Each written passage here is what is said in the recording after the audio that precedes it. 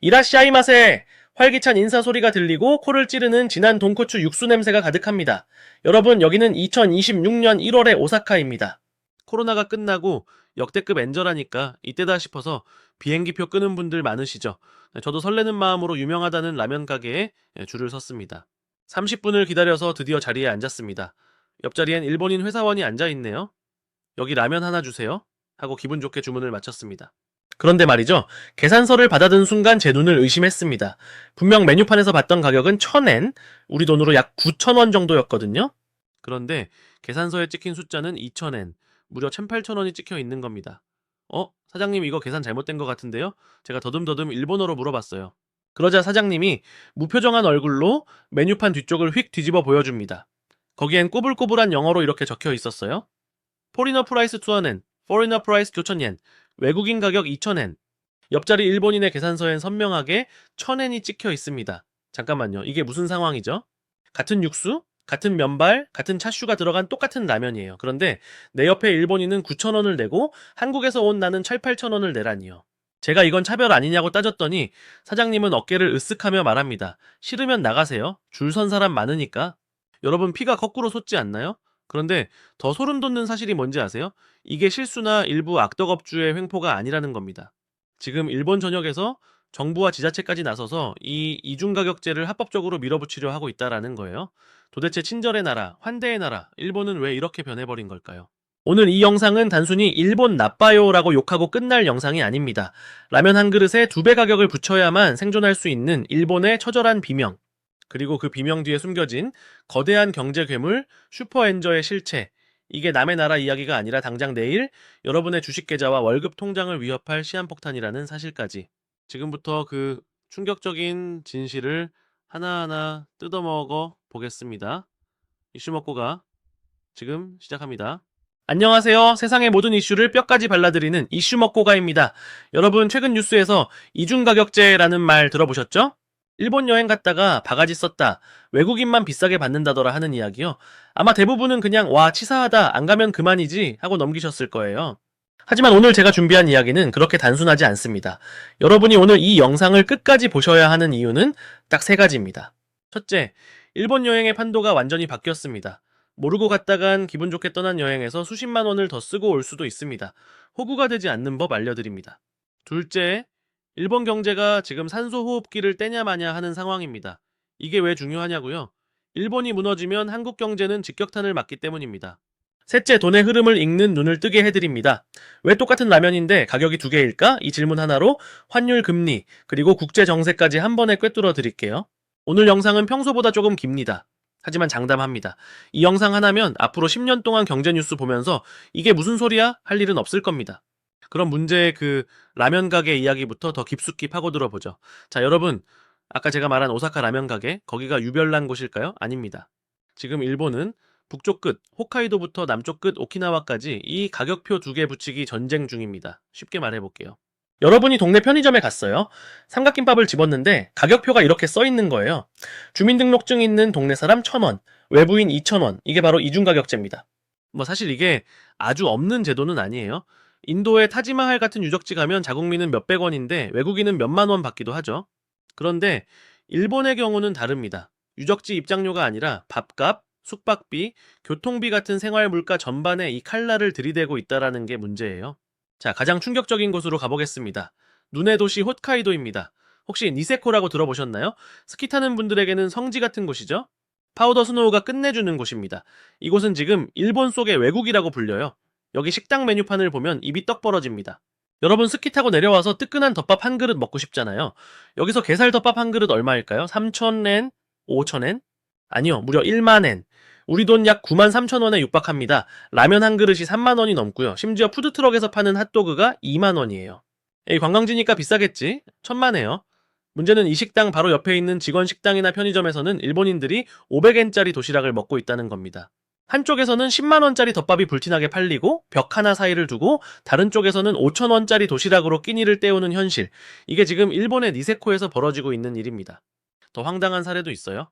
도쿄의 한 해산물 뷔페 식당. 여기는 아예 대놓고 입구에 써붙였습니다. 일본 거주자 5종국 80엔, 외국인 관광객 6급 80엔. 대략 1만원 차이가 나죠? 주인장에게 물어봤습니다. 왜 외국인한테만 더 받나요? 주인장의 대답 들어보시죠. 아니, 억울해서 못 살겠어요. 외국인 손님들 오면 영어로 설명해야지, 먹는 방법 일일이 알려줘야지, 시간도 더 오래 걸리지. 그리고 결정적으로 치우는 게 너무 힘들어요. 테이블을 아주 난장판을 만들어 놓고 간다라니까요. 그 인건비 생각하면 1,000엔 더 받는 것도 싼 거예요. 네, 사장님 입장에서는 서비스 비용이라는 논리입니다. 틀린 말은 아닐 수 있어요. 외국인 응대하려면 영어 가능한 알바생 써야 하고 시급 더 줘야 하니까요. 하지만 받아들이는 우리 입장에서는 내가 영어 써달라고 했나? 밥만 먹고 가는데 왜? 라는 억울함이 생길 수밖에 없죠. 여기서 잠깐, 여러분 혹시 초밥 좋아하세요? 일본 가면 맛있는 스시 먹을 생각에 설레시죠? 그런데 정작 일본 서민들은 이제 새우시를 마음껏 못 먹는다는 사실 알고 계셨나요? 이걸 이른바 스시 쇼크라고 부릅니다. 예전에는 일본의 참치왕이 새해 첫 경매에서 최고급 참치를 낙찰받는 게 뉴스였죠. 그런데 지금은 그 참치 누가 사가는지 아세요? 중국 상인들이 싹쓸이해 갑니다. 엔화 가치가 떨어지니까 일본 상인들은 비싼 달러나 위안화를 주고 생선을 사올 능력이 없어진 거예요. 반면에 중국이나 동남아 부자들은 야, 일본 생선 싸다, 다 사버려 하면서 최고급 횟감을 컨테이너째로 실어 나릅니다. 결국 일본의 마트에는 질이 떨어지는 생선이나 크기가 작은 생선만 남게 되고, 진짜 좋은 건 도쿄 긴자의 1인당 50만원짜리 오마카세 식당으로 가서 외국인 관광객들의 입으로 들어갑니다. 일본의 바다에서 잡힌 생선인데 일본 서민은 구경도 못하고 외국인만 배불리 먹는 현실, 이게 바로 엔저가 가져온 식탁의 비극입니다. 그뿐만이 아닙니다. 최근 후지산 근처에서 일어난 황당한 사건 아시죠? 후지산이 아주 예쁘게 보이는 편의점이 있었어요. 거기가 인스타그램 성지가 되면서 전 세계 관광객들이 몰려들었습니다. 도로를 점거하고 쓰레기를 버리고 남의 집 지붕에 올라가고 난리가 났죠. 참다 못한 주민들이 어떻게 했는지 아세요? 편의점 앞에 거대한 검은색 가림막을 설치해버렸습니다. 후지산을 보지 말라고요. 이게 상징하는 바가 큽니다. 오모테나시, 즉 최고의 환대를 자랑하던 일본인들이 이제는 외국인이 싫다며 스스로 장벽을 치고 있는 겁니다. 엔저가 불러온 오버투어리즘이 일본인들의 마음속에 혐오라는 씨앗을 심어버린 거죠. 이 혐오의 불길은 일본의 천년수도 교토로 번지고 있습니다. 교토의 기온거리는 게이샤들을 볼 수 있어서 인기가 많죠. 그런데 이곳에는 기온의 파파라치라고 불리는 골칫덩거리들이 등장했습니다.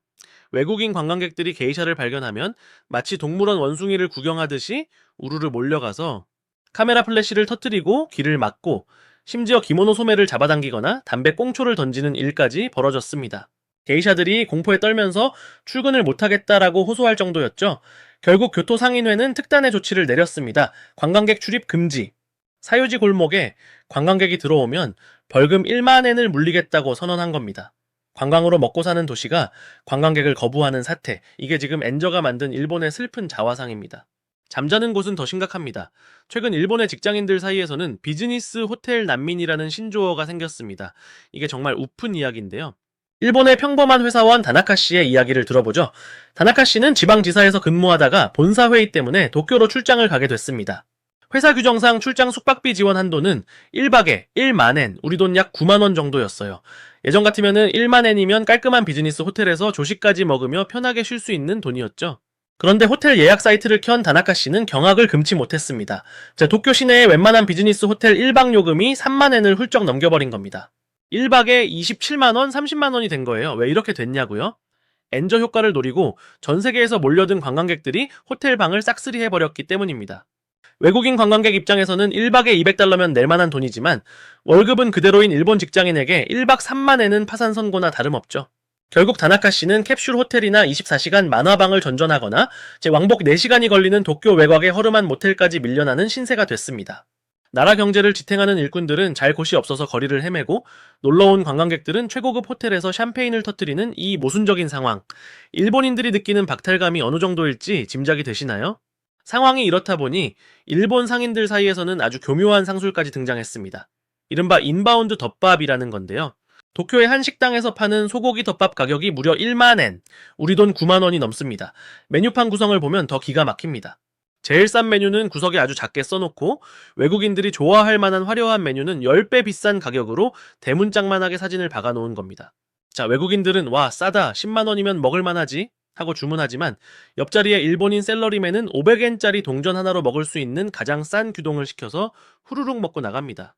같은 공간에 있지만 서로 다른 경제적 세계에 살고 있는 두 사람, 이 기괴한 풍경이 2026년 일본 식당 어디서나 볼 수 있는 일상이 되어버렸습니다.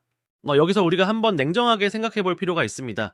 일본 사람들은 원래 친절하기로 유명하잖아요. 손님은 신이다라고 하던 사람들인데 왜 갑자기 돈도 고른 장사치처럼 구는 걸까요? 단순히 돈을 더 벌고 싶어서일까요? 아닙니다. 여기엔 훨씬 더 슬프고 처절한 이유가 숨어 있습니다. 바로 상대적 박탈감 때문입니다. 여러분 이거 한번 상상해 보세요. 여러분이 서울 강남에서 직장 생활을 합니다. 월급은 10년째 300만 원 그대로예요. 점심값이 너무 올라서 편의점 김밥으로 때우고 있는데 옆 테이블에 외국인 관광객들이 와서 10만 원, 1만 원짜리 한우를 굽고 있어요. 그러면서 자기들끼리 낄낄대며 말합니다. 와, 한국 진짜 싸다. 이 돈이면 우리 동네에선 햄버거밖에 못 먹는데 여기서 왕처럼 먹네. 이걸 매일매일 내 눈앞에서 본다고 생각해보세요. 어떤 기분이 들까요? 처음엔 우리나라 많이 놀러오네, 좋네 하겠죠. 근데 이게 1년, 2년 지속되면 속에서 뭔가 끓어오르지 않을까요? 나는 내 나라에서 가난해지는데 쟤네는 와서 돈 자랑을 하네. 지금 일본 국민들의 심정이 딱 이렇습니다. 엔저 때문에 외국인에게는 일본이 천국이지만 엔화를 벌어서 엔화를 쓰는 일본인에게는 일본이 지옥이 되어가고 있는 겁니다. 그래서 일본 상인들은 말합니다. 이중가격제는 차별이 아닙니다. 일본인을 보호하기 위한 최소한의 방어막입니다. 네. 이 말이 이해가 가면서도 한편으로는 씁쓸하죠. 결국 이 모든 사단이 난 원인은 딱 하나. 일본 돈 엔화가 똥값이 됐기 때문입니다. 그런데 여러분, 이 억울함이 단순히 식당에서 돈을 더 내는 문제로 끝나면 차라리 다행일 겁니다. 지금 일본에서는 이중가격제를 넘어서서 아예 일본인들은 먹지도 자지도 못하는 이른바 내국인 패싱 현상까지 벌어지고 있거든요. 이게 무슨 소리냐고요? 여러분 일본 하면 뭐가 제일 먼저 떠오르세요? 바로 새우시, 초밥이죠. 일본 여행 가서 장인 정신이 깃든 맛있는 스시 한 점 먹는 게 로망인 분들 많으실 겁니다. 그런데 지금 일본에서는 스시 쇼크라는 말이 유행하고 있습니다. 정작 일본 서민들은 마트에서조차 신선하고 좋은 생선을 구경하기 힘들어졌다라는 건데요. 도쿄의 부엌이라고 불리는 도요스 시장의 참치 경매 현장으로 가보겠습니다. 매년 새해가 되면 여기서 가장 비싸고 좋은 최고급 참치를 누가 낙찰받느냐가 일본 뉴스 한 면을 장식하곤 했어요. 예전에는 당연히 일본의 유명한 새우시 체인점 사장님, 즉 참치왕이라 불리는 일본인들이 주인공이었죠. 그런데 최근 몇 년 사이 분위기가 완전히 살벌하게 바뀌었습니다. 경매사가 1억엔, 2억엔 호가를 외치는데 일본 상인들은 손도 못 들고 고개만 푹 숙이고 있습니다. 왜냐고요? 엔화 가치가 너무 떨어져서 도저히 입찰에 참여할 엄두를 못 내는 겁니다. 그럼 그 최고급 참치는 누가 가져갈까요? 바로 중국이나 홍콩에서 온 큰손들, 그리고 미슐랭 별을 받은 외국계 호텔의 바이어들입니다. 그들은 야, 일본 생선 진짜 싸다, 달러로 계산하니까 거저내 하면서 최고급 횟감을 컨테이너째로 싹쓸이해 갑니다. 결국 일본 앞바다에서 일본 어부가 잡은 최고의 생선인데 일본 국민들은 구경도 못하고 비행기 타고 날아온 외국인 관광객들의 입으로만 들어가는 기막힌 현실이 벌어지고 있는 거죠. 일본 서민들은요, 뼈에 붙은 살을 긁어모은 저렴한 부위나 수입산 냉동 생선으로 만든 마트 초밥으로 만족해야 하는 상황이 된 겁니다. 내가 내 나라에서 2등 시민이 된 것 같은 기분, 상상이 가시나요? 먹는 것만 문제일까요? 잠자는 곳은 더 심각합니다. 최근 일본의 직장인들 사이에서는 비즈니스 호텔 난민이라는 신조어가 생겼습니다. 이게 정말 우픈 이야기인데요. 일본의 평범한 회사원 다나카 씨의 이야기를 들어보죠. 다나카 씨는 지방지사에서 근무하다가 본사 회의 때문에 도쿄로 출장을 가게 됐습니다. 회사 규정상 출장 숙박비 지원 한도는 1박에 1만엔, 우리 돈 약 9만원 정도였어요. 예전 같으면 1만엔이면 깔끔한 비즈니스 호텔에서 조식까지 먹으며 편하게 쉴 수 있는 돈이었죠. 그런데 호텔 예약 사이트를 켠 다나카 씨는 경악을 금치 못했습니다. 도쿄 시내의 웬만한 비즈니스 호텔 1박 요금이 3만엔을 훌쩍 넘겨버린 겁니다. 1박에 27만원, 30만원이 된 거예요. 왜 이렇게 됐냐고요? 엔저 효과를 노리고 전 세계에서 몰려든 관광객들이 호텔방을 싹쓸이 해버렸기 때문입니다. 외국인 관광객 입장에서는 1박에 200달러면 낼만한 돈이지만 월급은 그대로인 일본 직장인에게 1박 3만엔은 파산 선고나 다름없죠. 결국 다나카 씨는 어떻게 됐을까요? 캡슐 호텔이라도 가려고 했는데 거기도 만석이라 결국 24시간 만화방이나 PC방 쪽잠을 자거나 왕복 4시간이 걸리는 도쿄 외곽의 허름한 모텔까지 밀려나는 신세가 됐습니다. 심지어 어떤 직장인들은 출장을 포기하고 줌 화상회의로 대체해달라고 사정한다라고 해요. 나라 경제를 지탱하는 일꾼들은 잘 곳이 없어서 거리를 헤매고 놀러온 관광객들은 최고급 호텔에서 샴페인을 터뜨리는 이 모순적인 상황. 일본인들이 느끼는 박탈감이 어느 정도일지 짐작이 되시나요? 네, 이런 불만은 결국 폭발하고 말았습니다. 최근 전세계 뉴스에 토픽으로 떴던 후지산 가림막 사건 다들 아시죠? 야마나시현의 한 작은 마을에 편의점 하나가 있었어요. 근데 이 편의점 지붕 위로 후지산이 딱 얹혀있는 것처럼 보이는 아주 기가 막힌 사진 명당이었던 거죠. 인스타그램에서 이 장소가 대박이 나면서 조용하던 시골 마을이 난리가 났습니다. 하루에 수천 명의 외국인 관광객들이 몰려들어서 도로 한복판에서 사진을 찍고 남의 집 담벼락에 올라가고 쓰레기를 아무데나 버리고 심지어 주민들에게 비키라고 소리를 지르기까지 했습니다. 참다 못한 마을 주민들이 내린 결단은 충격적이었습니다. 편의점 앞에 거대한 검은색 가림막을 설치해버린 겁니다. 아름다운 후지산을 보지 말라고 막아버린 거죠. 이게 상징하는 바가 정말 큽니다. 오모테나시, 즉 최고의 환대를 자랑하던 일본인들이 이제는 제발 오지 마세요, 외국인이 싫습니다 라며 스스로 장벽을 치고 빗장을 걸어 잠그기 시작했다는 신호탄이니까요. 엔저가 불러온 오버투어리즘이 일본인들의 마음속에 혐오라는 씨앗을 심어버린 겁니다. 교토는 더 심각합니다. 일본의 천년 수도이자 가장 일본다운 도시인 교토. 특히 기온거리는 게이샤들을 볼 수 있어서 인기가 많죠. 그런데 이곳에는 기온의 파파라치라고 불리는 골칫덩거리들이 등장했습니다. 외국인 관광객들이 게이샤를 발견하면 마치 동물원 원숭이를 구경하듯이 우르르 몰려가서 카메라 플래시를 터뜨리고 길을 막고 심지어 기모노 소매를 잡아당기거나 담배 꽁초를 던지는 일까지 벌어졌습니다. 게이샤들이 공포에 떨면서 출근을 못하겠다라고 호소할 정도였죠. 결국 교토 상인회는 특단의 조치를 내렸습니다. 관광객 출입 금지. 사유지 골목에 관광객이 들어오면 벌금 1만엔을 물리겠다고 선언한 겁니다. 관광으로 먹고 사는 도시가 관광객을 거부하는 사태. 이게 지금 엔저가 만든 일본의 슬픈 자화상입니다. 상황이 이렇다 보니 일본 상인들 사이에서는 아주 교묘한 상술까지 등장했습니다. 이른바 인바운드 덮밥이라는 건데요. 인바운드는 외국인 관광객을 뜻하는 말이죠. 도쿄의 한 식당에서 파는 소고기 덮밥 가격이 무려 1만엔, 우리 돈 9만 원이 넘습니다. 와규를 썼다고는 하지만 사실상 일본인은 절대 사 먹지 않을 가격이죠. 메뉴판 구성을 보면 더 기가 막힙니다. 제일 싼 메뉴는 구석에 아주 작게 써놓고 외국인들이 좋아할 만한 화려한 메뉴는 10배 비싼 가격으로 대문짝만하게 사진을 박아놓은 겁니다. 외국인들은 와 싸다 10만원이면 먹을만하지 하고 주문하지만 옆자리에 일본인 샐러리맨은 500엔짜리 동전 하나로 먹을 수 있는 가장 싼 규동을 시켜서 후루룩 먹고 나갑니다. 같은 공간에 있지만 서로 다른 경제적 세계에 살고 있는 두 사람, 이 기괴한 풍경이 2026년 일본 식당 어디서나 볼 수 있는 일상이 되어버렸습니다. 심지어 예약 전쟁이라는 신종 비즈니스까지 생겼습니다. 일본의 유명한 식당들은 이제 돈이 있어도 못 갑니다. 예약 자체가 불가능하거든요. 왜냐고요? 전 세계의 예약 대행업자들이 매크로 프로그램을 돌려서 유명 식당의 예약 자리를 싹쓸이 해버리기 때문입니다. 그리고 그 예약권을 외국인 관광객들에게 웃돈을 얹어서 팝니다. 자리 하나 예약하는데 수수료만 5만원, 10만원을 받는 거죠. 일본인들은 결혼기념일이나 생일날 가고 싶었던 동네 단골 식당조차 못 가게 했습니다. 내가 사랑했던 가게, 내 추억이 담긴 장소들이 자본의 논리에 의해 하나둘씩 빼앗기고 있는 겁니다. 자, 여기서 조금 더 깊게 들어가 볼까요? 이런 현상들이 단순히 관광지에서만 일어나는 일일까요? 아닙니다. 엔저의 진짜 공포는 일본의 미래인 청년들의 마음마저 떠나보내고 있다는 점입니다. 요즘 일본 서점가 베스트셀러 코너에 가면 눈에 띄는 책들이 있습니다. 해외 취업 가이드북, 워킹홀리데이 성공 비법 같은 책들이죠. 일본의 젊은 인재들이 짐을 싸고 있습니다. 일본에서 열심히 대학 나와서 대기업에 취직해봤자 월급이 20만엔에서 25만엔 수준입니다. 30년째 제자리 걸음이죠. 그런데 호주나 캐나다에 가서 식당 서빙을 하거나 농장에서 과일을 따면 월급을 50만엔, 60만엔을 받습니다. 엔화 가치가 떨어지니까 해외에서 버는 돈이 2배, 3배로 뻥튀기 되는 겁니다. 일본의 한 간호사는 이렇게 인터뷰했습니다. 일본 병원에서 뼈 빠지게 일해도 월세 내고 생활비 하면 남는 게 없어요. 그런데 미국 가서 간호사 하면은 연봉이 1억이 넘는데요. 저는 일본을 떠날 겁니다.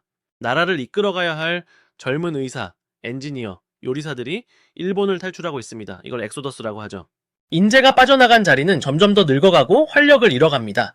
외국인 관광객으로 북적이는 화려한 도쿄의 거리, 그 이면에는 텅 빈 미래를 걱정하며 짐을 싸는 청년들의 한숨이 깔려 있는 겁니다. 니세코의 10만원짜리 라면은 그저 빙산의 일각일 뿐입니다. 진짜 문제는 일본이라는 국가의 엔진이 서서히 멈춰가고 있다는 것이죠. 여기서 우리가 한번 냉정하게 생각해 볼 필요가 있습니다. 일본 사람들은 원래 친절하기로 유명하잖아요. 중복 내용 시작, 요약 처리 없이 계속 진행. 손님은 신이다라고 하던 사람들인데 왜 갑자기 돈도 고른 장사치처럼 구는 걸까요? 단순히 돈을 더 벌고 싶어서일까요? 아닙니다.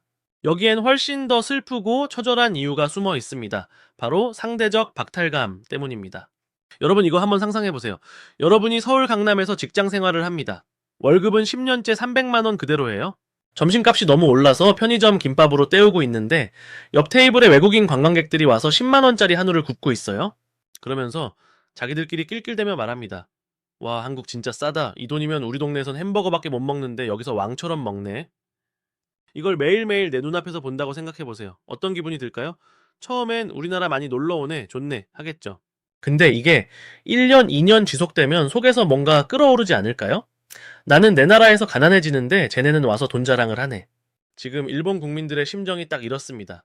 엔저 때문에 외국인에게는 일본이 천국이지만 엔화를 벌어서 엔화를 쓰는 일본인에게는 일본이 지옥이 되어가고 있는 겁니다. 그래서 일본 상인들은 말합니다. 이중가격제는 차별이 아닙니다. 일본인을 보호하기 위한 최소한의 방어막입니다. 네. 이 말이 이해가 가면서도 한편으로는 씁쓸하죠. 결국 이 모든 사단이 난 원인은 딱 하나. 일본 돈 엔화가 똥값이 됐기 때문입니다. 자, 그렇다면 질문이 생깁니다. 도대체 왜 엔화는 이렇게까지 추락한 걸까요? 한때는 세계 2위 경제 대국이었고 달러 다음으로 안전하다던 엔화가 왜 지금은 동네북 신세가 되어버렸을까요? 자, 혹시 아베노믹스라는 말 들어보셨나요? 죽어가는 경제를 살리겠다라고 일본이 선택한 극약 처방. 그 약이 지금 일본의 혈관을 터뜨리고 있습니다. 그리고 그 부작용이 돌고 돌아 지금 여러분의 라면 값을 2배로 올린 겁니다. 자, 시계를 조금 뒤로 돌려보겠습니다. 여러분이 지금 보고 있는 쭈글쭈글해진 엔화, 편의점 알바, 시급보다 싼 엔화, 원래는 어땠을까요? 믿기 힘들겠지만 엔화가 세계를 지배하던 깡패돈이었던 시절이 있었습니다. 이 화려했던 과거를 알아야 지금의 처참한 현실이 얼마나 충격적인지 이해할 수 있습니다. 1980년대 후반의 일본.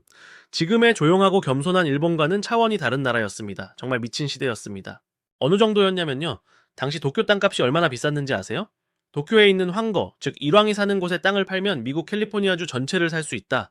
이게 술자리 농담이 아니라 실제 부동산 가치 통계였습니다. 당시 일본 직장인들의 퇴근길 풍경을 묘사해 드릴게요. 밤 12시 긴자거리. 택시를 잡으려는 사람들이 줄을 서 있습니다. 그런데 아무도 손을 흔들지 않습니다. 지갑에서 1만엔, 현재 가치 약 10만원쯤짜리 지폐를 꺼내서 흔들었어요. 기사님 여기요. 거스름돈 필요가 없으니까 제발 좀 태워주세요. 택시를 타는 게 아니라 돈을 뿌리고 다녔던 거죠. 면접만 봐도 회사에서 와줘서 고맙다고 교통비로 30만원씩 쥐어주던 시절. 전 세계 명품의 70%를 일본인이 싹쓸이하던 시절. 일본 기업인 미쓰비시가 뉴욕의 자존심 록펠러 센터를 사들이고 소니가 할리우드 영화사 컬럼비아 픽처스를 인수했을 때 미국인들은 공포에 떨었습니다. 이러다가 미국이 일본의 식민지가 되는 거 아니야? 일본은 자신들이 곧 미국을 제치고 세계 1등이 될 거라고 믿어 의심치 않았습니다. 하지만 그 달콤했던 꿈은 딱 1991년에 박살이 납니다. 거품이 터진 거죠. 부동산 가격은 반토막 아니 10분의 1 토막이 났고 주식은 휴지 조각이 됐습니다.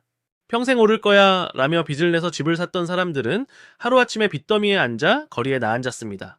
여기서 아주 무서운 사회 현상이 하나 생겨납니다. 바로 조아츠, 즉 증발하는 사람들입니다. 빚쟁이들의 독촉을 견디다 못한 가장들이 어느 날 밤 갑자기 사라지는 겁니다. 이걸 전문적으로 도와주는 야반도주 이사센터까지 성행했죠. 남겨진 가족들은 아빠가 어디 갔는지 살았는지 죽었는지도 모른 채 빚을 떠안고 살아가야 했습니다. 화려했던 버블이 꺼진 자리에는 이렇게 가정의 붕괴라는 끔찍한 흉터가 남았습니다. 그 후 일본 경제는 깊고 어두운 터널로 들어갑니다. 우리가 흔히 말하는 잃어버린 30년의 시작입니다. 이 잃어버린 30년 동안 일본을 괴롭힌 진짜 악마는 따로 있습니다. 바로 디플레이션입니다.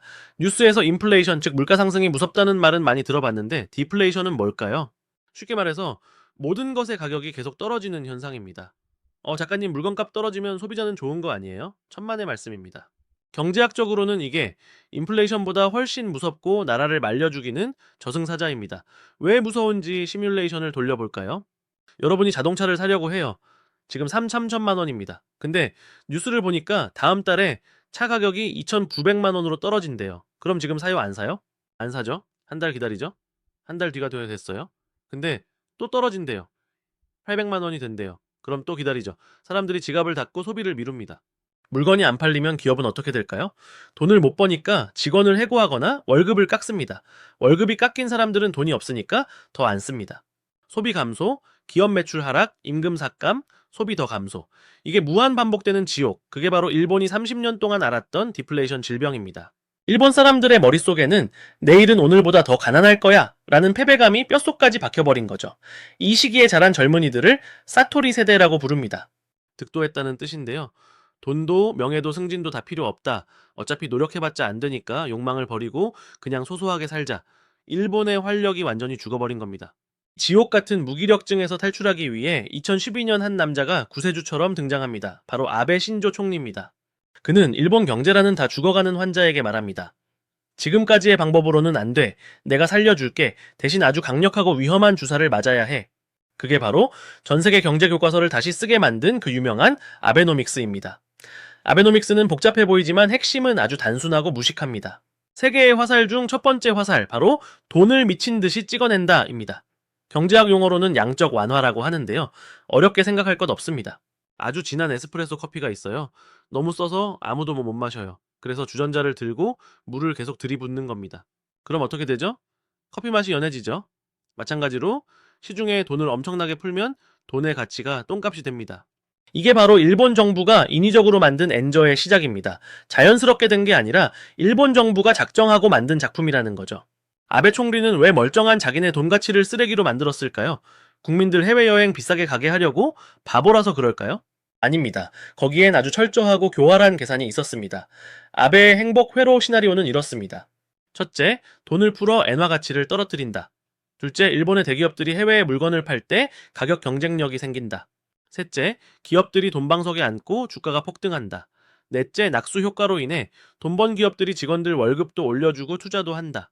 다섯째, 월급 오른 국민들이 돈을 펑펑 쓰고 일본 경제가 다시 화려하게 부활한다. 완벽해 보이죠? 실제로 처음 몇 년은 통하는 듯 했습니다. 주식이 오르고 도요타는 사상 최대 이익을 찍었고 기업들은 아베 총리 만세를 외쳤으니까요. 하지만 10년이 지난 지금 결과는 어떨까요? 아베의 완벽한 시나리오에서 딱 하나, 가장 중요한 연결고리가 끊어졌습니다. 바로 월급 인상입니다. 기업들은 역대급으로 돈을 벌었습니다. 창고에 현금이 넘쳐납니다. 그런데 그 돈을 직원들에게 나눠주지 않았습니다. 일본 기업 경영진들은 잃어버린 30년의 트라우마가 너무 컸거든요. 지금 반짝 좋다고 월급 올려줬다가 나중에 또 경제 망가지면 어떡해? 그냥 쟁여두자. 이걸 사내 유보금이라고 하죠. 자, 이 돈이 산처럼 쌓이기만 했습니다. 결국 일본 국민들에게 돌아온 건 뭐였을까요? 월급은 30년 전이랑 똑같은데 엔저 때문에 에너지나 식량 같은 수입 물가는 미친 듯이 올라버린 현실입니다. 이걸 실질 임금 하락이라고 해요. 월급 통장에 찍힌 숫자는 그대로인데 마트 가서 살 수 있는 물건의 개수는 줄어드는 거죠. 일본의 실질 임금은 최근 26개월 연속 마이너스를 기록하기도 했습니다. 국가는 부자가 됐는데 국민은 거지가 되는 기현상. 이게 바로 지금 일본 젊은이들이 느끼는 분노와 배신감의 정체입니다. 이 분노가 얼마나 피부에 와닿는지 아주 구체적인 예를 들어볼까요? 일본 편의점에 가면 정말 기가 막힌 현상을 목격할 수 있습니다. 도시락 가격은 예전이랑 똑같아요. 그런데 뚜껑을 열어보면 밥량이 한 숟가락 줄어있고 돈가스 두께가 종이장처럼 얇아져 있습니다. 우유팩 용량은 1000ml에서 슬그머니 900ml로 바뀌어 있고요. 이걸 전문 용어로 슈링크플레이션이라고 합니다. 가격을 올리면 소비자들이 화를 내니까 기업들이 가격은 그대로 두고 양을 줄이는 꼼수를 쓰는 거죠. 일본 서민들은 월급은 안 오르는데 먹는 양을 줄여야 하는 배고픈 현실을 매일매일 마주하고 있는 겁니다. 더 충격적인 건 기업들의 태도입니다. 아베노믹스로 기업들이 돈을 엄청나게 벌었다고 했죠. 그럼 그 돈으로 기술 개발을 하고 혁신을 했어야죠. 그런데 일본 기업들은 잃어버린 30년 동안 겁쟁이가 되어버렸습니다. 새로운 도전을 하지 않고 벌어둔 돈을 금괴 쌓아두기만 했습니다. 그 결과가 뭔지 아세요? 바로 갈라파고스화입니다. 전 세계가 스마트폰으로 전기차로 인공지능으로 달려갈 때 일본은 여전히 도장 찍고 팩스 보내고 현금만 쓰는 아날로그 세상에 갇혀버린 겁니다. 혁신은 없고 고여버린 물이 된 일본 기업들, 그 대가를 지금 처욱하게 치르고 있습니다. 이 현상을 가장 적나라하게 보여주는 사건이 바로 구마모토에 지어지고 있는 TSMC 반도체 공장입니다. TSMC는 대만 회사잖아요. 세계 1등 반도체 기업이죠. 그런데 왜 일본에 공장을 지을까요? 일본 기술이 탐나서일까요? 천만에요. 슬프게도 일본 인건비가 싸서입니다. 이제 일본은 첨단 기술을 선도하는 나라가 아니라 대만이나 미국 기업의 하청 공장 역할을 하는 가성비 좋은 생산 기지가 되어버렸습니다. 실제로 일본 대졸 신입 엔지니어의 월급이 한국이나 대만 엔지니어보다 훨씬 적습니다. 칩 재팬, 십 재팬이라는 말이 나올 정도입니다. 싸구려 일본이라는 뜻이죠. 일본의 자존심이었던 소니, 도시바 같은 기업들이 이제는 외국 기업의 부품을 조립하거나 싼 노동력을 제공하는 처지가 되었다라는 것, 이게 엔저가 가져온 일본 산업의 굴욕적인 성적표입니다. 결국 아베노믹스는 부자들만의 잔치였습니다. 주식을 가진 자산가들과 수출 대기업들은 엔저 덕분에 자산을 2배, 3배 불렸지만 하루하루 성실하게 일해서 월급 받는 직장인들과 연금으로 살아가는 노인들은 가난의 벼랑 끝으로 내몰렸습니다. 일본 사회의 허리였던 중산층이 붕괴되고 빈부격차가 극도로 심해진 겁니다. 일본 서점가에 가보면 이런 제목의 책들이 베스트셀러입니다. 미래 연표, 늙어가는 일본 하류 노인, 제목만 봐도 우울하지 않나요? 열심히 일하면 내 집 마련하고 잘 살 수 있다라는 희망의 사다리가 끊어진 사회, 그 절망감이 지금 일본 전체를 짓누르고 있습니다. 2,000엔짜리 라면은 단순한 바가지 요금이 아닙니다. 부자는 더 부자가 되고 서민은 더 가난해진 일본의 양극화를 보여주는 슬픈 자화상인 겁니다. 얼마나 가난해졌는지 체감이 안 되시죠? 전 세계 어디에나 있는 빅맥 햄버거로 비교해 드릴게요. 이 빅맥 지수만큼 나라의 경제력을 적나라하게 보여주는 것도 없거든요. 2024년 기준 스위스에서 빅맥 하나 먹으려면 우리 돈으로 11,000원 정도 듭니다. 미국은 8,000원대고요. 한국은 약 5,500원입니다. 그럼 한때 세계 2위였던 일본은 얼마일까요? 약 4,000원 수준입니다. 이게 무슨 뜻이냐? 태국, 베트남과 비슷한 수준까지 떨어졌다는 겁니다. 일본 젊은이들이 일본에서 일하면 미래가 없다, 평생 일해도 집 못 산다 어며 호주나 캐나다로 워킹홀리데이를 떠납니다.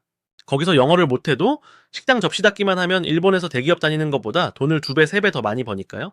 한때 세계를 호령하던 경제 대국 일본이 이제는 전 세계의 가성비 여행지이자 싸구려 노동력의 나라가 되어가고 있는 겁니다. 니세코 스키장에 10만원짜리 덮밥, 그거 일본인은 못 먹습니다. 외국인들만 먹는 거예요.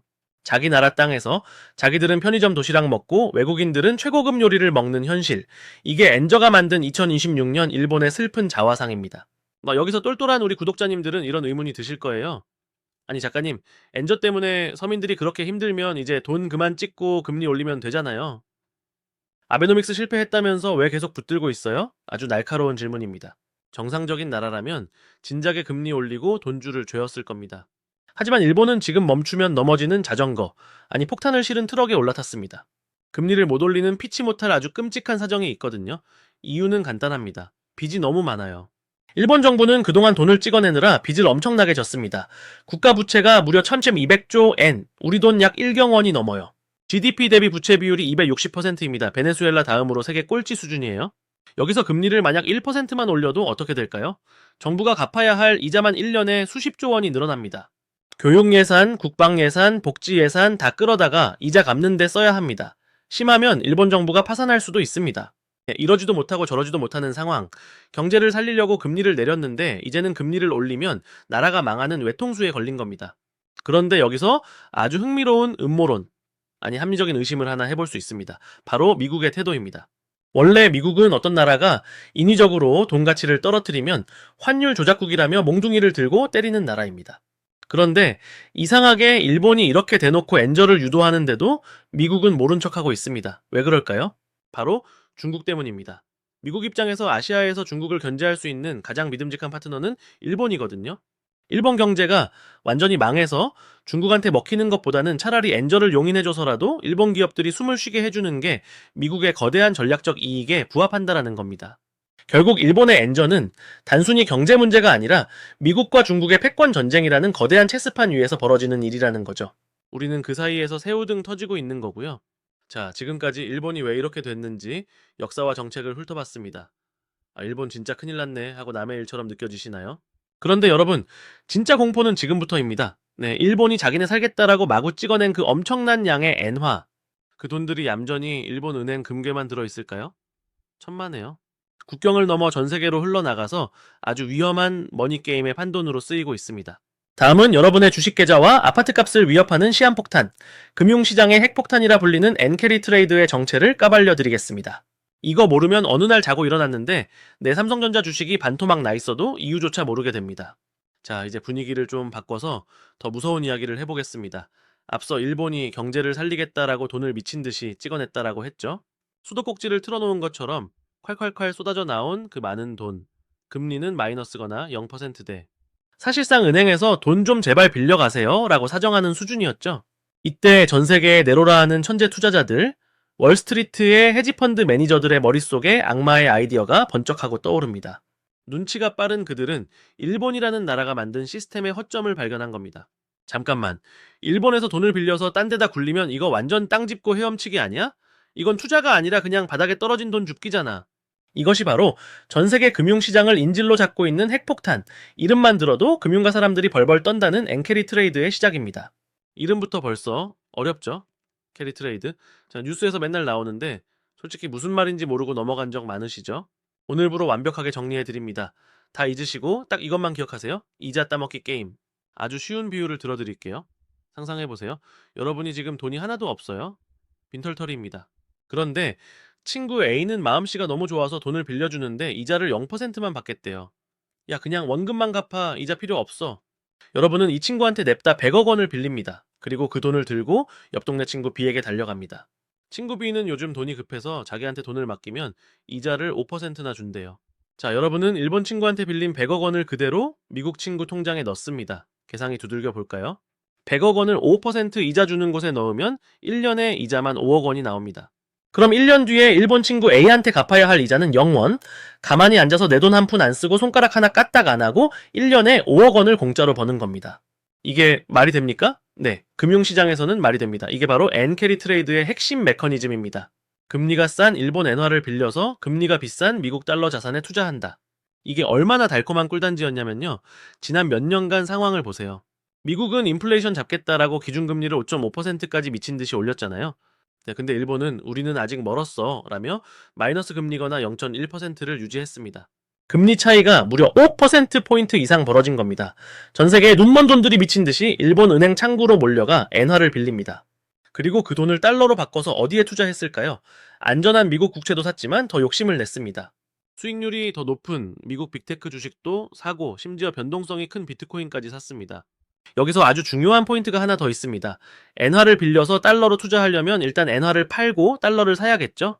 전 세계 사람들이 외칩니다. 엔화 팝니다. 달러 주세요. 파는 사람이 많으면 가격은 어떻게 되죠? 떨어지죠. 그래서 엔화 가치가 더 떨어집니다. 그런데 이게 캐리 트레이드 하는 사람들에게는 축복입니다. 왜냐고요? 나중에 돈을 갚을 때를 생각해 보세요. 내가 1억 엔을 빌렸는데 빌릴 때는 1억 엔이 10억 원이었어요. 근데 갚을 때 엔화 가치가 떨어져서 1억 엔이 9억 원이 됐어요. 그럼 나는 10억 원어치 빌려놓고 9억 원만 갚으면 되는 겁니다. 이자 차익에 환차익까지 앉아서 15% 수익을 보는 거죠. 와, 이건 뭐 완벽한 무한돈 복사기 아닌가요? 게임으로 치면 골드 무한 증식 버그가 터진 겁니다. 전 세계 투자자들은 환호성을 질렀습니다. 이 파티는 영원할 거야. 샴페인 더 가져와, 더 빌려, 더 사. 엔캐리 자금의 규모는 아무도 모릅니다. 수천조 원, 아니요 파생 상품까지 합치면 수경 원에 달할 거라는 말까지 나옵니다. 하지만 여러분, 경제학 제1원칙, 공짜 점심은 없다. 이 완벽해 보이는 파티장에는 아무도 신경 쓰지 않았던 치명적인 시한폭탄이 설치되어 있었습니다. 2024년 8월 5일, 주식 투자하시는 분들에게는 평생 잊지 못할 악몽과도 같았던 날, 바로 블랙 먼데이. 그날 하루 만에 일본 주식이 12% 폭락하고 한국 코스피도 8% 넘게 빠지면서 사이드카가 발동됐죠. 도대체 그날 무슨 일이 있었던 걸까요? 아주 사소한 변화가 방가수혜를 당겼습니다. 일본 중앙은행 총재가 마이크 앞에 서서 이렇게 말했습니다. 우리 이제 금리 아주 조금만 올려볼까? 0.25% 정도로? 고작 0.25%, 평소 같으면 가네 기별도 안 가네 하고 넘길 숫자입니다. 하지만 이 한마디의 광란의 파티장은 순식간에 불타는 지옥으로 변합니다. 왜냐고요? 아까 그 완벽했던 이자 따먹기 공식이 와장창 깨지기 시작했거든요. 이 과정을 이해하면 소름이 돋습니다. 잘 따라오세요. 첫째, 일본 금리 인상. 이제 공짜 돈 아니네? 이자를 내야 하네? 투자자들이 긴장합니다. 둘째, 엔화 가치 상승. 금리가 오르니 엔화가 매력적으로 보여서 사람들이 엔화를 다시 사기 시작합니다. 셋째, 부채의 역습. 자, 여기서 비극이 시작됩니다. 내가 미국 주식 사려고 1억 엔을 빌렸잖아요? 빌릴 땐 1억 엔이 9억 원이었는데 엔화 가치가 올라서 갑자기 1억 엔이 11억 원이 된 겁니다. 가만히 왜 있었는데 빚이 2억 원 늘어난 거예요. 넷째, 마진콜. 은행에서 전화가 빗발칩니다. 고객님 담보 비율 깨졌습니다. 당장 돈 갚으세요. 안 그러면 강제 청산 들어갑니다. 다섯째, 투매. 빚을 갚으려면 엔화가 필요하죠. 엔화를 구하려면 뭘 해야 하죠? 가지고 있던 미국 주식, 비트코인, 한국 주식을 닥치는 대로 다 팔아야 합니다. 가격 따지지 말고 시장가로 다 던져. 자, 여섯째, 악순환의 고리. 주식을 팔아서 엔화를 사니까 엔화 가치는 더 오르고 빚은 더 늘어나고 주식을 더 팔아야 하고. 이걸 전문 용어로 엔캐리 트레이드 청산이라고 합니다. 쉽게 말해서 빌린 돈 갚으려고 전 세계 자산을 헐값에 다 팔아치우는 대탈출극입니다. 그날 전 세계 증시에서 증발한 돈만 수천조 원. 평화롭게 주식 투자하던 개미들은 영문도 모른 채 왜 떨어져? 전쟁 났어? 하다가 계좌가 녹아내린 겁니다. 범인은 전쟁도 바이러스도 아닌 바로 일본의 금리 인상 0.25%였습니다.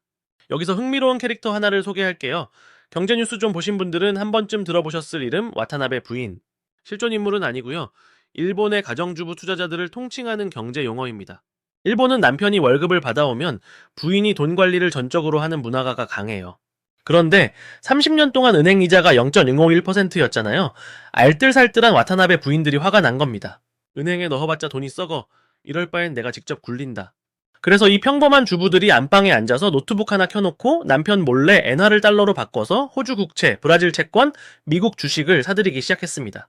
네, 이 규모가 어마어마해서 와타나베 부인들이 마우스를 클릭할 때마다 세계 환율이 출렁거릴 정도였죠. 이분들이 바로 엔캐리 트레이드의 거대한 한 축, 개미 군단입니다. 그런데 2024년 8월 그 폭락장에서 와타나베 부인들은 어떻게 됐을까요? 비명도 못 지르고 당했습니다. 해외 자산 가격은 폭락하고 엔화 가치는 급등해서 환손실까지 입었습니다. 일본의 평범한 가정 경제가 박살이 났죠. 지금 일본 정부가 금리를 마음대로 팍팍 못 올리는 이유 중 하나가 바로 이겁니다. 금리 급하게 올렸다가 국민들 자산이 다 날아가면 다음 선거는 필패니까요. 여기서 이런 질문을 하시는 분들 계실 거예요. 그건 2024년 옛날 이야기잖아요. 한번 터졌으니까 이제 다 정리된 거 아니에요? 지금은 평화롭잖아요. 정말 그랬으면 좋겠습니다. 하지만 죄송하게도 그때 터진 건 고름의 일부일 뿐입니다. 진짜 큰 종기는 아직 터지지도 않았습니다. 지금 2026년 1월 상황은 더 복잡하고 위험해졌습니다. 미국 연준은 이제 물가 잡혔으니 금리 좀 내려볼까 하고 있고, 일본 은행은 물가가 너무 오르니 금리 더 올려야겠는데 하며 서로 눈치 게임을 하고 있습니다. 미국은 내리고 일본은 올린다. 이게 무슨 뜻일까요? 아까 엔캐리 트레이드의 핵심이 금리 차이라고 했죠. 그 차이가 급격하게 줄어든다는 신호입니다. 댐에 금이 가기 시작했습니다. 그동안 댐에 갇혀있던 수천조 원의 거대한 물이 한꺼번에 쏟아져 나오기 직전입니다. 특히 가장 무서운 건 AI 버블과의 연결고리입니다. 지난 몇 년간 엔비디아, 마이크로소프트 같은 주식들이 미친 듯이 올랐죠. 만약 그 주가를 떠받치고 있던 돈의 상당 부분이 일본에서 싼 맛에 빌려온 엔화 빚이었다면 엔카에리 청산이 본격화되는 순간 주가는 모래성처럼 무너져 내릴 수 있습니다. 이게 제가 오늘 여러분께 경고하는 최악의 시나리오입니다. 에이, 일본 망하고 미국 주식 떨어지는 거 나랑 상관없어. 난 한국 주식만 하니까. 혹시 이렇게 생각하시나요? 정말 순진한, 아니 위험한 생각입니다. 옆집에 불이 났는데 우리 집에 불이 안 옮겨 붙을까요? 아니요. 한국은 불이 옮겨 붙는 정도가 아니라 집 안에 있는 가스통이 터질 수도 있습니다. 엔저의 화살은 지금 정확하게 대한민국의 심장 수출을 겨누고 있거든요. 자, 이제 시선을 태평양 건너 미국 시장으로 돌려보겠습니다. 거시경제니 캐리트레이드니 하는 어려운 말 다 치우고 딱 하나만 물어볼게요. 일본이 망해가는데 왜 우리 회사가 힘들까요? 일본 돈 가치가 떨어지는데 왜 내 성과급이 줄어들까요? 이 질문에 대한 답은 기울어진 운동장에 있습니다. 대한민국은 누가 뭐래도 수출로 먹고 사는 나라입니다. 그리고 운명의 장난처럼 우리의 주력 수출 품목은 일본과 놀라울 정도로 겹칩니다. 자동차, 조선, 철강, 반도체 소재, 석유화학. 세계 시장에서 한국 물건 옆에는 항상 일본 물건이 진열되어 있죠. 이 말은 즉 일본 물건이 싸지면 한국 물건은 안 팔린다는 뜻입니다. 상황을 아주 구체적으로 가정해 볼게요. 미국 텍사스에 사는 존 씨가 차를 바꾸러 갔습니다. 현대차 매장과 도요타 매장은 바로 옆에 붙어 있어요. 여러분이 존 씨라면 어떤 차를 살까요? 성능, 디자인, 솔직히 이제 현대차가 도요타에 절대 안 밀립니다. 제네시스 같은 브랜드는 오히려 낫다는 평도 듣죠. 그런데 문제는 마지막 순간 딜러가 내미는 계산기입니다. 엔저 이전에는 두 차의 가격이 비슷했습니다. 하지만 슈퍼 엔저가 되면서 상황이 완전히 달라졌습니다. 도요타 본사는 콧노래를 부릅니다. 와달러가 비싸졌네. 미국에서 똑같이 3만 달러에 팔아도 일본 돈으로 바꾸면 예전보다 50%나 더 남잖아. 여기서 도요타는 무시무시한 전략을 씁니다. 남는 이익을 챙기는 대신 가격 후려치기에 들어가는 겁니다. 미국 딜러들에게 공문을 보냅니다. 차 한 대 팔 때마다 보너스 2,000달러 더 줄게. 대신 무조건 많이 팔아. 도요타 딜러는 존 씨에게 귓속말을 합니다. 고객님 지금 캠리 계약하시면 2,000달러 즉시 할인해 드리고요. 엔진오일 평생 무료 교환권 드립니다. 존 씨가 솔깃해서 옆집 현대차 매장에 갑니다. 도요타는 2,000달러 깎아준다는데 당신들은 뭐 없소? 현대차 딜러는 땀을 뻘뻘 흘립니다. 죄송합니다. 저희는 본사 마진이 안 남아서 할인이 어렵습니다. 결국 존 씨는 도요타를 선택합니다. 이게 바로 가격 경쟁력의 상실입니다. 현대차가 차를 못 만들어서가 아닙니다. 일본은 지금 환율이라는 금지된 스테로이드 주사를 맞고 링 위에 올라와서 덩치를 2배로 불린 다음 우리를 두들겨 패고 있는 겁니다. 이건 애초에 공정한 싸움이 아닌 거죠. 자동차 이야기를 조금 더 깊게 파고들어 볼까요? 이게 단순히 차값 몇백만 원 차이의 문제가 아닙니다. 미래차 시장에 패권이 걸린 문제입니다. 여러분 요즘 전기차 인기가 좀 시들하고 하이브리드 차가 다시 뜨고 있죠? 바로 이 하이브리드 차의 절대 강자가 누구입니까? 도요타입니다. 그런데 엔저라는 날개까지 달았으니 도요타는 그야말로 날아다니고 있습니다. 도요타가 엔저로 벌어들인 그 막대한 현금을 어디에 쓰고 있는지 아세요? 바로 연구개발입니다. 전고체 배터리라고 들어보셨죠? 꿈의 배터리라 불리는 이 기술에 도요타가 천문학적인 돈을 쏟아붓고 있습니다. 한국 현대차가 가격 경쟁하느라 허리띠를 졸라매고 있을 때 일본은 엔저로 번 돈을 미래 기술에 투자해서 기술 격차를 더 벌리고 있다라는 겁니다. 이게 당장은 티가 안 나지만 3년 뒤, 5년 뒤에는 한국 자동차 산업의 목을 조르는 비수가 되어 돌아올 겁니다. 우리가 엔저를 보면서 단순히 일본 여행 싸다고 좋아할 때가 아니라 등골이 오싹해야 하는 진짜 이유가 바로 여기 있습니다. 자동차뿐만이 아닙니다. 대한민국의 심장 반도체는 안전할까요? 많은 분들이 반도체는 삼성이랑 하이닉스가 세계 짱 아니냐? 일본은 한물 같다 이렇게 생각하시죠? 네. 제조는 우리가 1등입니다. 하지만 그 반도체를 만드는 데 필요한 소재, 부품, 장비, 이른바 소부장은 여전히 일본이 꽉 잡고 있습니다. 기억하시죠? 2019년 일본의 수출 규제 사태, 그때 불화수소 하나 못 들어와서 우리 반도체 공장이 멈출 뻔했잖아요. 자, 그런데 지금 엔저가 어떤 상황을 만들고 있냐 하면요. 일본의 소부장 기업들이 엔저 덕분에 가격 경쟁력이 생겨서 전 세계 시장 점유율을 야금야금 더 높이고 있다라는 겁니다. 삼성전자 입장에서는 일본산 소재가 싸지니까 원가 절감돼서 당장은 좋을 수 있어요. 하지만 장기적으로 보면은 일본 의존도가 다시 높아지는 겁니다. 우리가 국산화하려고 피땀 흘려 키워놓은 국내 중소기업들은 가격 경쟁에서 일본 업체에 밀려 도산할 위기에 처해 있습니다. 결국 엔저는 한국의 반도체 생태계 뿌리까지 흔들고 있는 겁니다. 자동차뿐만이 아닙니다. 더 심각한 건 조선업과 철강입니다. 배 한 척 가격이 얼마인지 아세요? 3천억 원이 넘습니다. 여기서 환율이 1%만 차이 나도 가격 차이가 수십억 원이 벌어집니다. 한국 조선소들은 세계 최고의 기술력을 가졌지만 최근 중국의 저가 공세에 시달리고 있었죠. 그런데 엎친 데 덮친 격으로 일본 조선소들까지 엔저를 무기로 우리도 싸게 해줄게 하고 치고 들어옵니다. 선주 입장에서는 수십억 원이 싼데 일본 배를 안 살 이유가 없죠. 철강은 또 어떻고요? 건물 짓고 다리 만드는 데 들어가는 철근, 자동차 강판. 일본 철강 회사들이 엔저를 등에 업고 싼값의 철강을 전 세계에 뿌려대면 포스코 같은 한국 기업들은 울며 겨자 먹기로 가격을 내려야 합니다. 가격을 내리면 이익이 줄어듭니다. 이익이 줄어들면 여러분이 다니는 회사의 실적이 나빠지고 연말 보너스가 사라지고 심하면 구조조정 칼바람이 불게 되는 겁니다. 엔저 나랑 상관없어라고 하셨던 분들 이제 좀 등골이 서늘해지시나요? 하지만 여기서 끝이 아닙니다. 엔저의 불똥은 우리 문화산업, 케이팝에까지 튀고 있습니다. 이게 무슨 소리냐고요? 일본은 전 세계에서 두 번째로 큰 음악 시장입니다. 케이팝 아이돌들이 돈을 벌려면 일본 투어를 꼭 돌아야 해요. 그런데 엔화 가치가 떨어지면 어떻게 되죠? 일본에서 티켓을 1만 엔에 팔아도 한국 돈으로 바꾸면 예전보다 수익이 30%, 40% 줄어드는 겁니다. 일본에서 아무리 열심히 공연하고 굿즈를 팔아도 손에 쥐는 돈은 쥐꼬리만 해지는 거죠. 게다가 일본의 웹툰 시장, 애니메이션 시장에 진출한 한국 기업들도 매출은 그대로인데 환율 때문에 앉아서 손해를 보고 있습니다. 이렇게 엔저는 제조업부터 문화산업까지 대한민국의 모든 돈줄을 말리고 있는 겁니다. 자, 여기서 시선을 조금 더 넓혀서 주식시장 이야기를 해보겠습니다. 동학개미 여러분, 요즘 한국 주식장 보면 한숨만 나오시죠? 왜 우리 증시는 박스권에 갇혀서 꼼짝도 못하는데 옆나라 일본 증시는 34년 만에 최고치를 찍고 난리가 났을까요? 단순히 엔저 때문에 수출기업 실적이 좋아서일까요? 그것만은 아닙니다. 여기엔 아주 뼈아픈 진실이 숨어 있습니다. 네, 외국인 투자자들 입장에서 한번 생각해보세요. 아시아에 투자를 하고 싶은데 한국이랑 일본이 있습니다. 네, 한국은 북한 리스크 있죠? 재벌 오너 일가의 횡포 있죠? 주주 환원도 쥐꼬리만 합니다. 그런데 일본은 어떨까요? 아베노믹스 이후로 일본 정부가 기업들 멱살을 잡고 주주들한테 돈 좀 풀어라, 배당 좀 팍팍 줘라 하고 강제했습니다. 이걸 밸류업 프로그램이라고 하죠. 여기에 엔저까지 겹치니 외국인들에게 일본 주식은 그야말로 박앤세일 중인 명품백이나 다름없는 겁니다. 워렌 버핏 같은 투자의 신들이 일본 상사 주식을 조 단위로 사들이는 게 다 이유가 있습니다. 싸고 좋은데 주주한테 돈도 잘 주니까요. 반면에 한국은 어떤가요? 외국인들이 한국 주식을 팔고 그 돈으로 일본 주식을 사는 셀 코리아 바이 재팬 현상이 가속화되고 있습니다. 엔저가 외국인 자금을 일본으로 빨아들이는 거대한 진공청소기 역할을 하고 있는 겁니다. 우리 정부도 뒤늦게 밸류업 하겠다라고 나섰지만 이미 떠나간 버스를 잡기엔 역부족인 상황이죠. 그리고 더 무서운 건 우리 경제 내부에 숨어있는 시한폭탄, 바로 좀비 기업들입니다. 좀비 기업이 뭐냐고요? 벌어들인 돈으로 은행 이자도 못 갚는데 빚으로 연명하는 기업들을 말합니다. 한국에 이런 기업이 전체의 40%가 넘는다는 통계도 있습니다. 그런데 엔저가 이 좀비 기업들과 무슨 상관이냐고요? 아주 밀접한 상관이 있습니다. 그동안 전 세계는 일본의 싼 금리 덕분에 돈을 쉽게 빌려 썼습니다.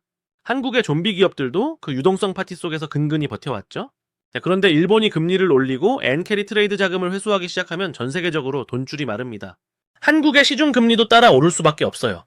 그러면 벼랑 끝에 몰려있던 한국의 좀비 기업들은 이자 폭탄을 맞고 줄줄이 도산하게 될 겁니다.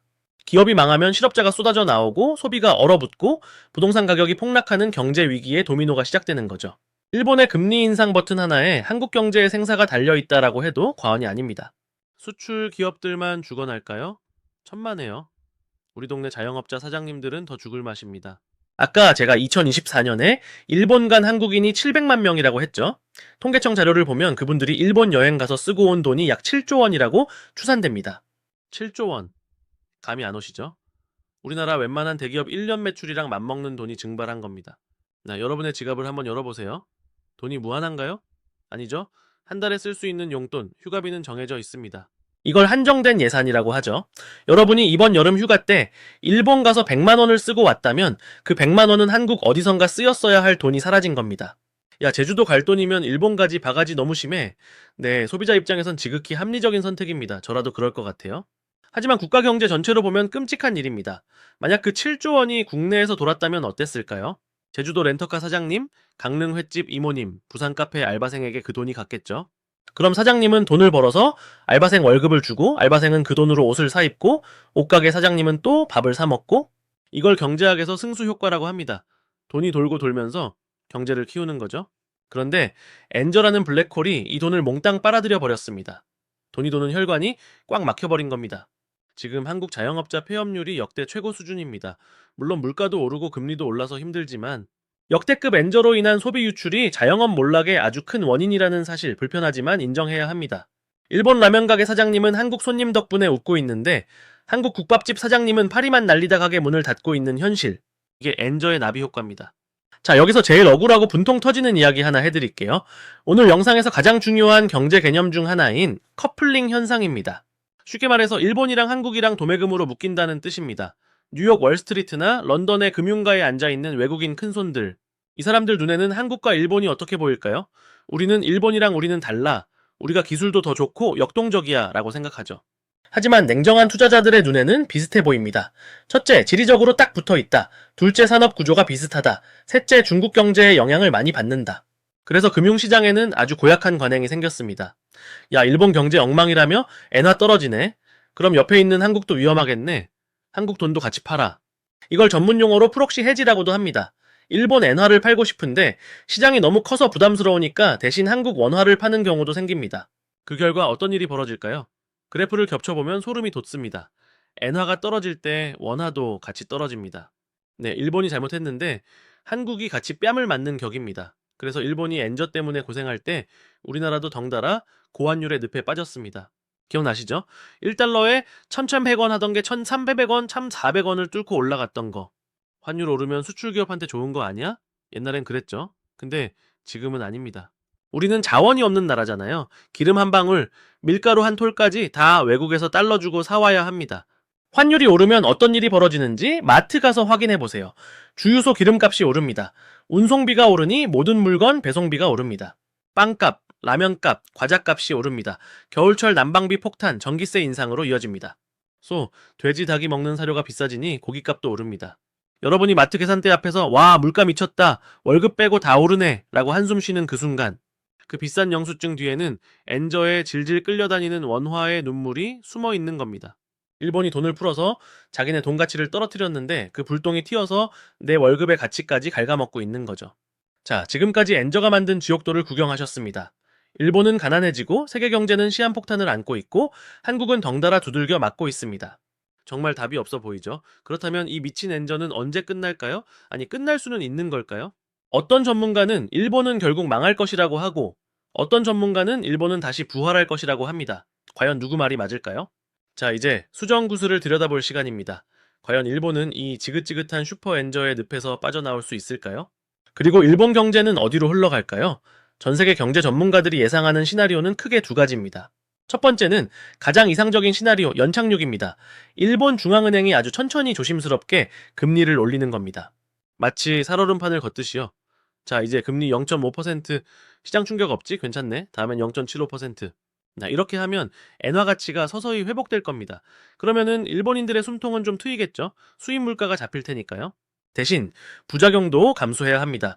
금리가 오르니 빚 많은 좀비 기업들은 줄도산할 것이고 주택담보대출을 받은 일본 서민들의 이자 부담은 커질 겁니다.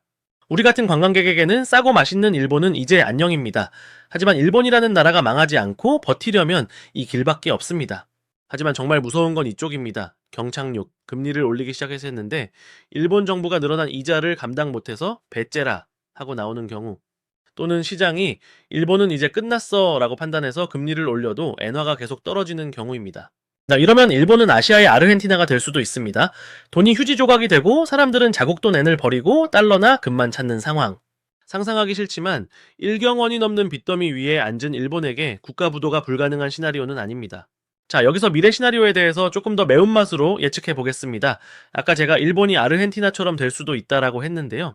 사실 일본이 믿고 있는 구석이 하나 있습니다. 바로 형님 국가 미국입니다. 이게 무슨 소리냐고요? 지금 전 세계는 신냉전 시대입니다. 미국은 중국을 견제하기 위해 일본이라는 파트너가 절실하게 필요합니다. 일본 경제가 완전히 무너져서 중국한테 먹히는 꼴을 미국은 절대 두고 보지 않을 겁니다. 그래서 일각에서는 제2의 플라자 합의가 일어날 수도 있다고 봅니다. 플라자 합의가 뭐냐고요? 1985년에 미국이 일본파를 비틀어서 강제로 엔화 가치를 2배로 올려버린 사건입니다. 이번엔 반대로 미국이 너무 강한 달러를 좀 약하게 만들고 엔화 가치를 억지로라도 올려주는 합의를 할 수도 있다라는 거죠. 특히 미국 대선 결과에 따라 이 시나리오는 현실이 될 수 있습니다. 트럼프 같은 후보는 약한 달러를 선호하거든요. 미국 수출 기업들을 위해서요. 만약 이런 인위적인 개입이 일어난다라면 엔화는 하루아침에 급등할 수 있습니다. 800원 하던 엔화가 갑자기 1000원, 1100원이 될 수도 있다라는 거죠. 자, 이렇게 되면 엔화에 공매도 쳤던 세력이나 엔캐리 트레이드를 하던 투자자들은 그야말로 피바다를 보게 될 겁니다. 반대로 엔화를 미리 사둔 사람들은 대박이 나겠죠. 결국 엔화의 운명은 도쿄의 일본 은행이 아니라 워싱턴의 백악관에서 결정될지도 모릅니다. 저의 지극히 개인적인 예측은요, 일본은 끈질기게 버틸 겁니다. 망하지는 않을 거예요. 하지만 예전과 같은 경제대국의 위상을 되찾기도 힘들 겁니다. 그냥저냥 먹고는 살지만 활력은 잃어버린 거대한 실버타운으로 아주 천천히 저물어갈 가능성이 높습니다. 마치 서서히 뜨거워지는 냄비 속의 개구리처럼요. 그리고 그 과정에서 우리나라는 계속 일본의 눈치를 보며 환율 전쟁을 치러야 하는 피곤한 상황이 10년, 20년 이어질 겁니다. 자, 거창한 나라 걱정은 여기까지 하고요. 그래서 나는 어떻게 해야 하냐? 이 혼란스러운 엔저 시대에 내 돈을 지키는 3가지 행동 강령을 드립니다. 이건 캡처해 두시고 꼭 실천하세요. 첫째, 떨어지는 칼날을 잡지 마라. 엔화가 역대 최저니까 지금 사두면 무조건 돈 버는 거 아니야? 이 생각으로 엔화 예금이나 ETF에 전 재산 몰빵하시는 분들 계십니다. 정말 위험합니다. 도시락 싸들고 다니면서 말리고 싶어요. 환율은 신의 영역이라고 불립니다. 여기가 바닥이겠지 하고 들어갔는데 지하실 밑에 더 깊은 지옥이 있을 수 있습니다. 엔화가 800원대, 심하면 700원대까지 갈 수도 있다라는 극단적인 전망도 있습니다. 그 기간 동안 여러분의 돈이 묶여 있으면 다른 좋은 투자 기회를 다 날리는 겁니다. 솔루션은 간단합니다. 엔화 투자는 무조건 분할 매수가 생명입니다. 오늘 다 사지 마세요. 오늘 10만원, 다음 달에 10만원 이렇게 쪼개서 사야 환율 변동의 위험을 줄일 수 있습니다. 그리고 절대 빚내서 엔화 투자하지 마세요. 엔캐리 청산 한 번 더 터지면 계좌 녹아내립니다. 여기서 하나 더 꼭 명심해야 할 게 있습니다. 바로 환전 수수료라는 함정입니다. 많은 분들이 뉴스에서 엔화 860원이다 하면 와 싸다 하고 은행 어플 켜서 바로 환전하시는데요. 막상 사려고 보면 860원이 아니라 875원, 880원 이렇게 찍힐 겁니다. 왜냐고요? 은행이 떼가는 수수료, 스프레드 때문입니다. 살 때도 떼가고 나중에 원화로 다시 바꿀 때도 떼갑니다. 결국 내가 엔화 투자로 돈을 벌려면 엔화가 최소한 20원, 30원은 올라야 본전이라는 소리입니다. 그러니 단타로 엔화 투자해서 밥값 벌겠다 하시는 분들 말리고 싶습니다. 수수료 떼고 나면 남는 게 없거나 오히려 마이너스일 확률이 높아요. 진짜 투자를 하고 싶으시면 은행 환전보다는 주식시장에 상장된 엔 선물 ETF 같은 상품을 공부해보세요. 수수료가 훨씬 저렴하거든요. 그리고 최근 유행하는 일본 빈집 투자, 아키아 투자에 대해서도 한마디 하겠습니다. 엔저니까 일본에 집 사두면 나중에 오르겠지 하고 시골 빈집을 덜컥 사시는 분들이 있어요. 정말 말리고 싶습니다. 일본은 집값이 오르는 나라가 아닙니다. 인구가 줄어서 빈집이 1000만 채가 넘어가고 있어요. 샀다가 팔리지도 않고 매년 세금만 내다가 결국 돈 버리고 오는 경우 수두룩합니다. 싸다고 덥석 물지 마세요. 그건 투자가 아니라 자선 사업입니다.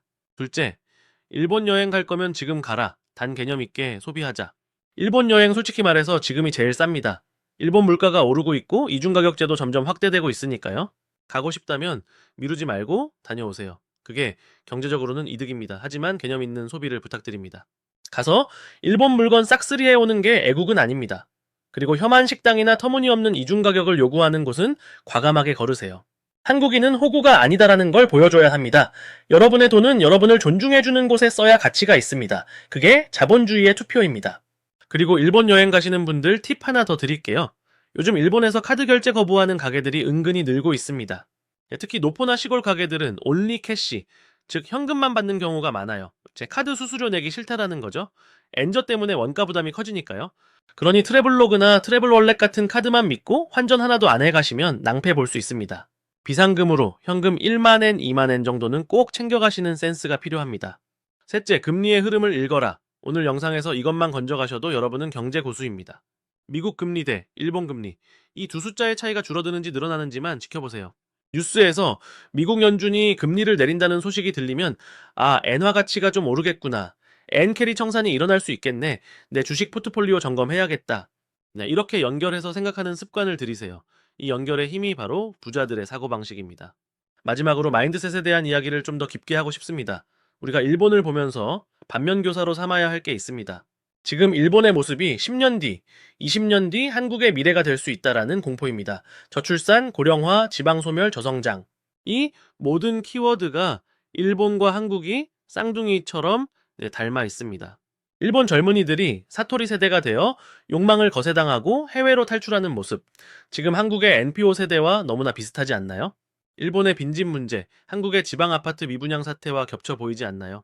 엔저의 배신이라는 이 거대한 사건은 어쩌면 우리에게 미리 보여주는 예고편일지도 모릅니다.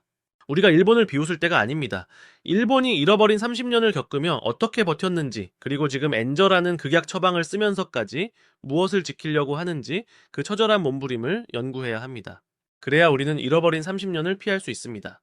단순히 일본 라면값 비싸졌네? 재수 없어가 아니라 내 월급의 가치를 어떻게 지킬 것인가? 내 아이들이 살아갈 한국 경제는 안전한가? 라는 근원적인 질문을 던져야 할 때입니다. 처음 이야기로 돌아가 볼까요? 오사카의 그 작은 라면 가게, 메뉴판에 적힌 2,000엔이라는 숫자. 그 숫자 뒤에는 30년 동안 성장을 멈춘 일본 경제의 눈물과 돈을 무제한으로 풀어 경기를 살리려 했던 정치인들의 헛된 욕망과 그 틈을 파고든 전 세계 투기 자본의 탐욕이 끈적하게 엉겨붙어 있었습니다. 우리는 단순히 라면 한 그릇을 비싸게 먹은 게 아닙니다. 돈의 가치가 무너진 세상의 씁쓸한 뒷맛을 본 겁니다. 엔저. 어떤 사람에게는 싸게 여행할 달콤한 기회이고 어떤 사람에게는 생존을 위협하는 공포이며 어떤 사람에게는 떼돈을 벌 투기판입니다. 여러분은 이 거대한 파도 속에서 어디에 서 계신가요? 그저 파도에 휩쓸려 허우적대는 구경꾼이 되시겠습니까? 아니면 파도의 흐름을 읽고 그 위에 올라타는 현명한 서퍼가 되시겠습니까? 오늘 이 긴 영상이 여러분이 그 파도를 넘는 데 작은 서핑보드가 되었기를 진심으로 바랍니다. 경제는 어렵지 않습니다. 우리 삶 그 자체니까요. 오늘 제가 준비한 이야기는 여기까지입니다. 이번 영상이 도움이 되셨다면 구독과 좋아요는 0엔, 환율 걱정 없이 완전 공짜인 거 아시죠?